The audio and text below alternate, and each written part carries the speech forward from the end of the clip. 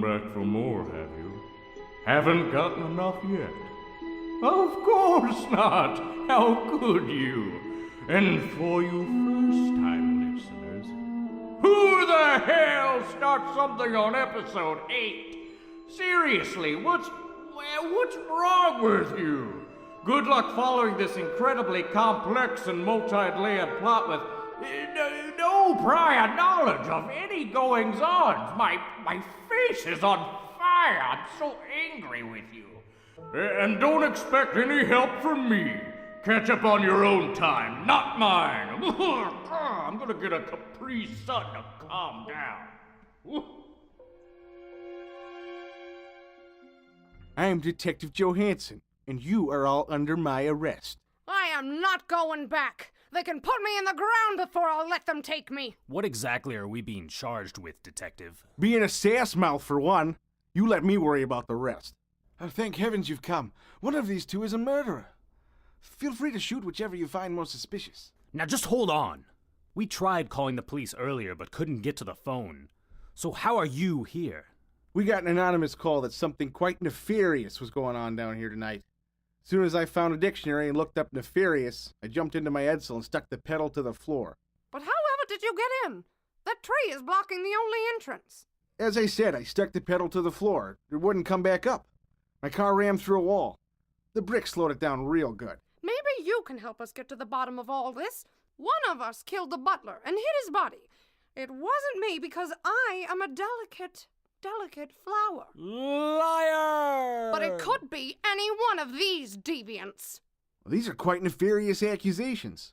But the city pays me a nefarious salary to handle this type of thing. So, start from the nefarious beginning. Well, my dangerously violent wife Nancy and I were driving to my corrupt boss Nigel's house for dinner. Then we turned on Empty Nest, and the dog, it was a good dog episode. And so each of them told the detective their sides of the story. I'd let you listen in, but we'd trudge over the same junk like every episode. Plus, I recall telling you to catch up on your own time.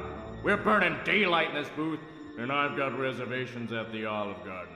Yes, it's a table for one. Who needs a companion when I have unlimited breadsticks who listen to every word I have to say? Like, you're any better? Huh? You can't even listen to the previous episode, slacker. We now return you as Nigel is finishing up. Then you said start at the nefarious beginning, which didn't really make sense. I don't think you know how to use that word. Sure is an interesting yarn you all have spun. Especially the part with the dead gangster. He's my favorite. So what are you gonna do now? Call for backup? Look for clues? Shoot Nigel, who I think did it? First thing I'm gonna do is have a seat. That was a long story, and my dogs are barking. Now, about this murder of yours, I'm just flat out stumped. No idea whatsoever. Could be any of you. Could be all three of you. Hell if I know. Ugh, this is a waste of time. This keystone is getting us nowhere. Whoa, hold it right there. Last man what called me a keystone is missing an eye. He had a glass eye and I hid it from him. And he'll never find it.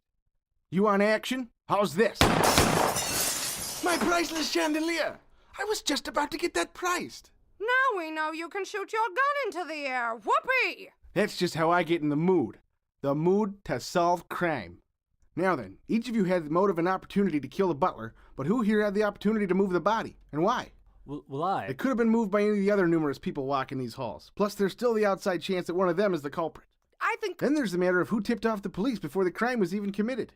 Did the butler know someone was out to get him, or did someone else catch a whiff of his blackmailing scheme? You've got an awful lot of questions and no answers. How'd you make detective, anyway? I won a raffle.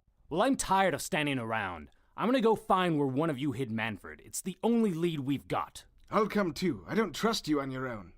You might plant evidence or wipe your ass on things. And I'm the only one who gets to do that. Right, like I'll just let you go off and scheme against me, huh? No, neither of you leave my sight until this thing is over. Or I blink. But even then, it's just for an instant. I can blink seriously fast. Nobody's going anywhere. I'm in charge here. I'm the one with the gun. I just need to get more in the mood. That ought to be enough. car crashed right on top of him. He's as flat as a pancake. Well, a pancake with bones and entrails sticking out of it. So an English pancake.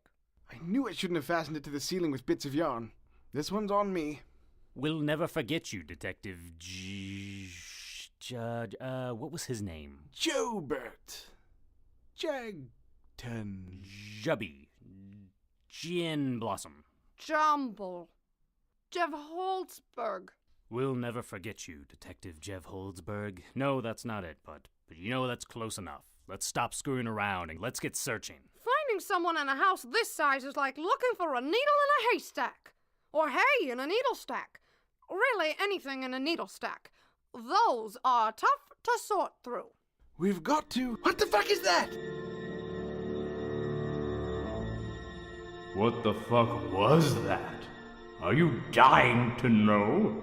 What would you do to find out? Rob a bank? Kill someone? Buy a precious moment's birthday train set for I don't know, a favorite narrator, perhaps? Whatever you do, make sure not to tell that dick who didn't listen to the earlier episodes first. They're like 5 minutes long. Are you really that busy that you have to skip the first 7 shows? You disgust me.